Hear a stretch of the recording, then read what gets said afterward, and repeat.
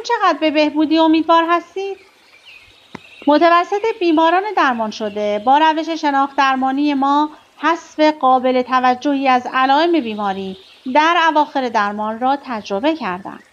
بسیاری از گزارش‌ها حاکی از آن است که آنها شادی را تجربه کردند که تاکنون در زندگی آن را حس نکرده بودند. آنها تأکید کردند که تمرینات خلق و خو باعث ایجاد عزت نفس و اعتماد به نفس می شود.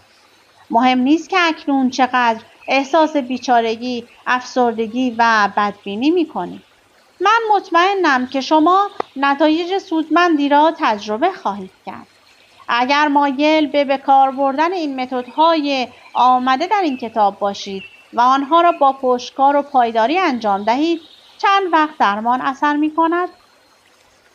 یافته‌های مطالعه در طول 1 سال پس از تکمیل درمان بسیار جالب بود. با اینکه بسیاری از اشخاص در هر دو گروه نوسانات خلقی گاه به گاه در طول سال داشتند، هر دو گروه همچنان دستاوردشان را حفظ کرده بودند. آنها درمان مشخص را در پایان 12 هفته نشان دادند. کدام گروه دوره پیگیری را بهتر گذرانده است؟ آزمون‌های روانی به علاوه گزارش بیماران ثابت کرد که گروه شناخت درمانی به طور قابل ملاحظه‌ای احساس خوبشان ادامه دارد و این تفاوت از نظر آماری قابل توجه بود. میزان بیمارانی که به حالت اول برگشتند در گروه شناخت درمانی نصف گروه دارو درمانی گزارش شده است. این تفاوت‌ها در بیماران درمان شده با روش جدید قابل توجه بود.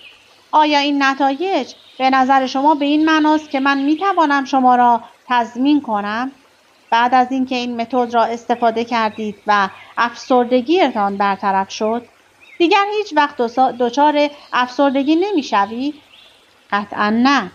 این مسئله مانند این است که به شما بگویم در طول پیاده روی روزانه شما به وضعیت جسمی خوبی خواهید رسید و دیگر هیچ وقت دچار تنگی نفس نمیشوید. یکی از بخش‌های انسان بودن این است که گهگداری دچار غم و غصه شوید. بنابراین میتوانم شما را تضمین کنم که هیچ وقت دچار حالت پایداری نمیشوید.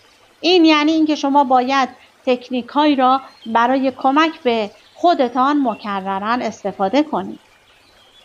البته اگر می‌خواهید کنترل احوالتان را داشته باشید.